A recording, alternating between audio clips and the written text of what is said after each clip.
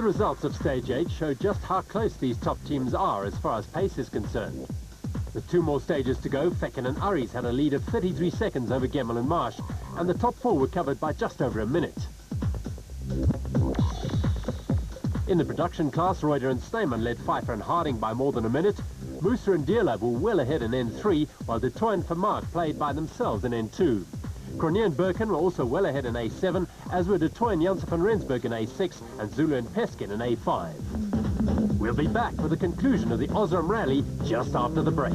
The repeat of Stage 5 over just less than 18 kilometres just outside de Wetsdorp. As always, the final few stages could easily catch out the unwary. Jürgen Fecken and Pierre Aries had clearly decided that they had had enough of playing around and pushed the works BP Volkswagen Polo to its limits. The inevitable result, another stage win, their 5th of the event, and another extension of their lead. Gemmel and Marsh were second fastest by 10 seconds in their Works Castrol Toyota Runex. Habich and Judd were third fastest in this stage and the second of the Works BP Volkswagen Polos. Kuhn and Hodgson gave away 2 seconds to their charging teammates in the third factory BP Volkswagen Polo. While Lawrence and Vermeulen in their team total Toyota Runex were still trying hard to improve on 8th overall.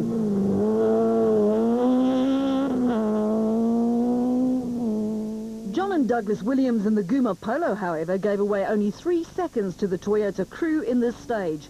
This pair continues to impress.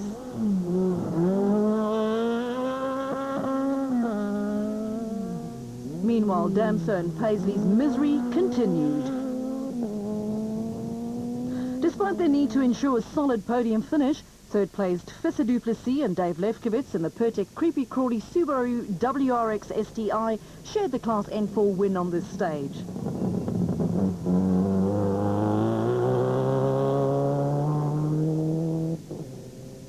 The team total Mitsubishi Lancer Evo 9 of Fernando Reuter and Gerard Snyman was still purring like a satisfied cat, and they set the same time as the championship leaders.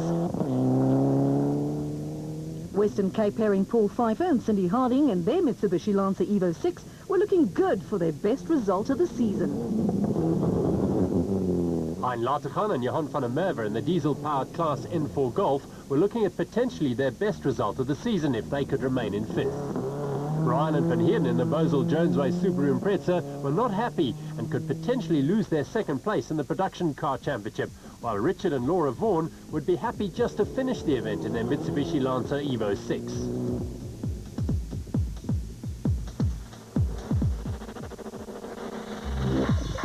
So Fecken and Aries took the penultimate stage of the Osram Rally to extend their lead even further, leaving it to the rest to fight over the minor positions. The final stage of the Osram Rally, Stage 10, was a repeat of the daunting 36-kilometre long Stage 6, and the question was whether the event would have a last-ditch sting in the tail. Rallying and braaiing are inseparable in South Africa, but for competitors it's far more intense. Even though they may not have as much competition this year, N2 champions Etienne De Toy and Patrick Vermaak still pushed their McCarthy Toyota Corolla hard. Chart Conradi and Elvin Kutsia, the daughter of former driver Cassie, 4th in Class A5 in their Toyota Taz. Ahead of them, Pete Bacchus and Tommy De Toy in their Toyota Taz. Second in A5, André Kienberg and Des de Fortier in their misfiring BP Volkswagen City Golf. Gugu Zulu and Carl Peskin had a solid lead in Class A5, but on this stage the co-driver just had to answer a call from Mother Nature, which cost them about 2 minutes of their lead. Despite this, the BP Volkswagen City Golf crew wrapped up the class win and the A5 title for the year.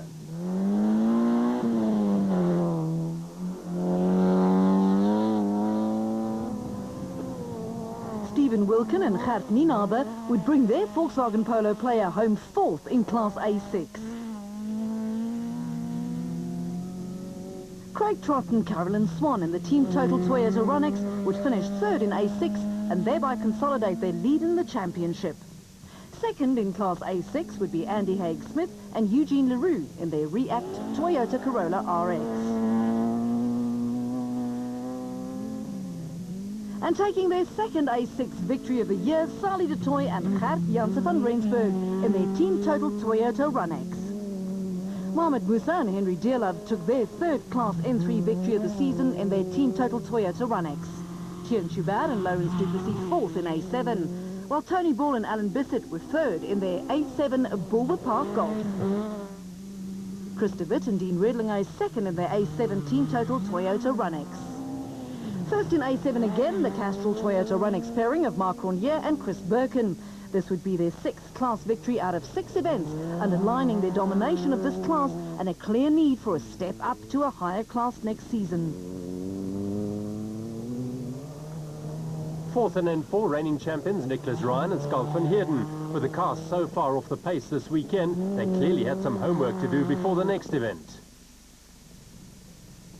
Consolidating their lead in the production car category, Visser Duplessis and Dave Lefkovich would take their 6th podium finish of the year. Scoring their best result of 2007, Paul Pfeiffer and Cindy Harding, who would finish second in Class N4 in the Osram Rally.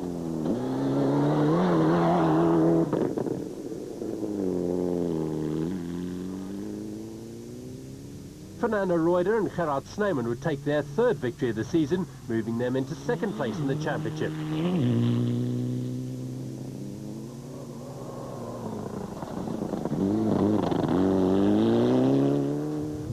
But the star of the event was Pretoria civil engineer Jürgen Fecken. We caught up with the front runners before the start of the final stage. Yeah, we've had a very good day today. We had a string of fastest stage times, and then on stage 7 the accelerator pedal, the stop bolt actually came loose, and it started to unwind itself, and we couldn't get full throttle. Eventually we only got half throttle through that stage, but we didn't lose too much. We lost about 15 seconds, and we're still pushing hard. One stage to go. Yeah, it's been tight all day. Being first on the road, a little bit slippy, but this time we just repeated, so I think 12 seconds faster than we did it this morning, so it is faster. Behind us is Enzo, 14 seconds. I don't know what he's done in this last one. Now there's just this last long one to do. Yeah, we're hanging on third with 10 seconds at the moment, so it's all systems go for the last stage. It's been a hard day, tested bravery as well as skill, so we hope to finish in 3rd place. It'll be good for the championship. Team total Toyota Runex pairing of Etienne Lawrence and Andre Vermeulen would finish a disappointing 6th in Class S2000. Ahead of them, son and father combination John and Douglas Williams in the Guma Volkswagen Polo. Former champions Jan Habig and Douglas Judd in the Works BP VW Polo would end up 4th overall. Castrol Toyota Runex pairing Johnny Gemmell and Peter Marsh's hopes of maintaining their 2nd place were shattered when a broken suspension bolt in this stage cost them about 20 seconds, which meant they would finish 3rd by 7 seconds. Enzo Kuhn and Guy Hodgson in the 2nd Works BP Volkswagen Polo were the beneficiaries of the Toyota Cruise difficulties, and they duly came home 2nd overall, equaling their best results of the season way back on the Sasol Rally in April. They would remain in 2nd place in the championship, but much closer to the top.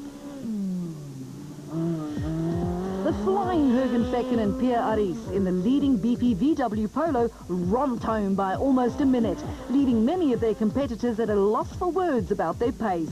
Their 2nd win of the season would take them to the top of the standings. Kuhn and Hodgson won the final stage of the Osram Rally, taking full advantage of their competitors' woes to elevate them into 2nd place overall. Overall in Class S2000, Fecken and Aris won by 57 seconds over teammates Kuhn and Hodgson, with Gemmell and Marsh completing the podium. In N4, Reuter, Pfeiffer and Duplessis filled the podium, with Musa taking N3 and Du Toit Class N2. Cornier beat De Witt in Class A7, Du Toit beat Haig Smith in A6, and Zulu was ahead of Klinwerk in A5 to clinch the title.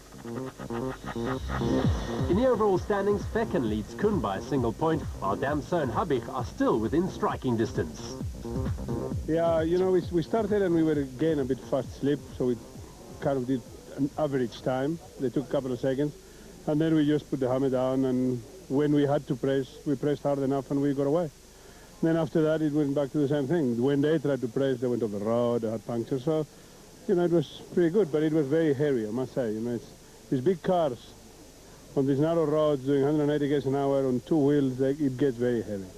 But it was fantastic. I mean, it's great. The car was faultless. It's a great machine, and here we are. See how we get for the rest of the year. We're in second most of the day. We were first on the road, slipping, losing a bit of time there, but we were held on to our second right up to the last stage, 32 k's. 10 k's into the stage, felt something not right on the car at the back. Thought we had a flat, but it was something else.